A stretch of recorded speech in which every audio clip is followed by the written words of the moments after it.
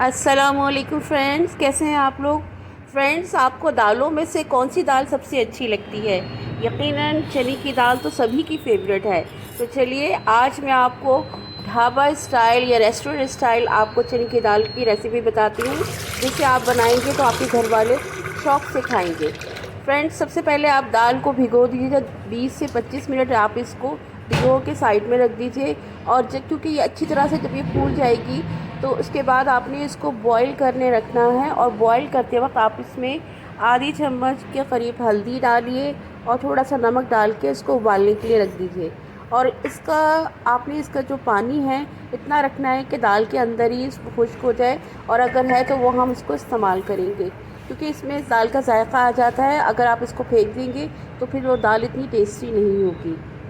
इसके लिए चलिए हम अपनी रेसिपी का आगाज़ करते हैं। इसके लिए मैंने ली है टमाटर, 3 बड़े बड़े टमाटर लिए हैं, हरा धनिया लिया है, अदरक को मैंने बारीक चॉप करके काट लिया है, और गरम मसाला भी मैंने लिया है, 2 बड़ी इलायची, लौंग ली है, दालचीनी ली है, और एक तेज़पात का पत्ता लिया है। प्याज मैंने 1 बड़ी सी प्याज ली है।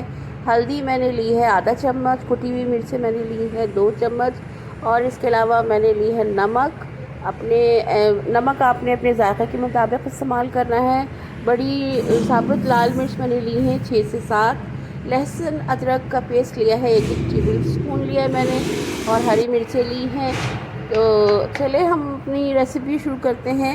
2 से 3 चम्मच मैंने ऑयल इसमें डाला है। थोड़ा सा इसको हम लो फ्लेम पे इसको पकाएंगे ऑयल को, और इसमें हम डालेंगे कड़ी पत्ता और साबित लाल मिर्च और गरम मसाला और ज़ीरा। ये हम इसमें सबसे पहले डालेंगे ताकि थोड़ा सा इसको कड़कड़ा लें, इससे इसमें खुशबू आ जाती है। इसके बाद हम डालेंगे प्याज। हम थोड़ी सी इसको ब्राउन करेंगे। हमने बिल्कुल लाइट ब्राउन करना है, इसमें से इतना इसको पकाना नहीं है, बिल्कुल हल्की सी ब्राउन करनी है। इसको अच्छी तरह से मिक्स कर लीजिए।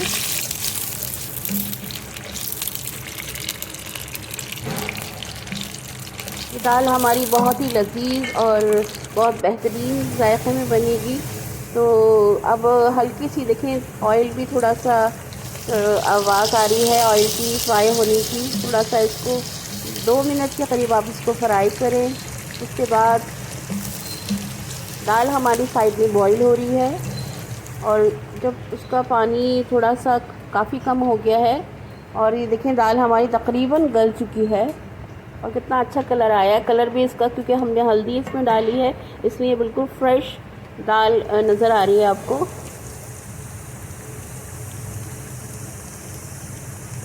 दाल इतनी मज़ेदार बनेगी कि आप जैसे हलीम खा रहे हैं, चाहें तो आप स्पून से भी वैसे खा सकते हैं। अब हम इसमें डालेंगे लहसुन अदरक का पेस्ट, क्योंकि हमने 1 टेबल स्पून अदरक का पेस्ट लिया है, 1 हमने लिया है लहसुन का पेस्ट। थोड़ा सा इसको 2 मिनट तक फ्राई करेंगे। टमाटर जो हमने चॉप करके रखे थे, अब वो हम इसमें अच्छी तरह से मिक्स कर लेंगे।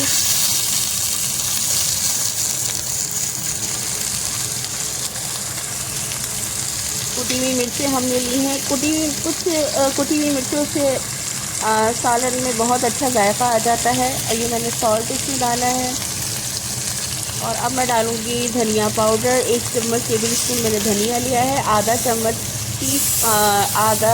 टीस्पून जो मैंने लिए हल्दी, क्योंकि हम दाल में हल्दी डाल चुके थे। अगर ज़्यादा हल्दी होगी तो फिर ये बहुत ज़्यादा पीला पीला सा सालन हो जाएगा।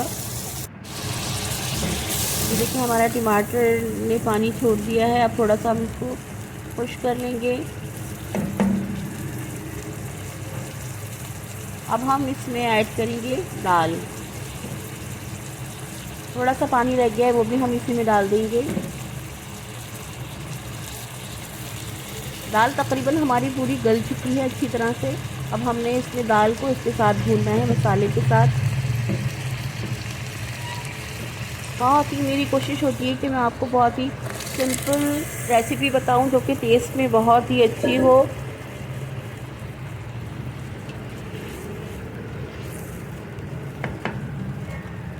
अब इसको आप कवर करके रख देंगे। ये देखिए पानी तकरीबन खुश्क हो चुका है और अच्छी तरह से ऑयल भी ऊपर आ रहा है।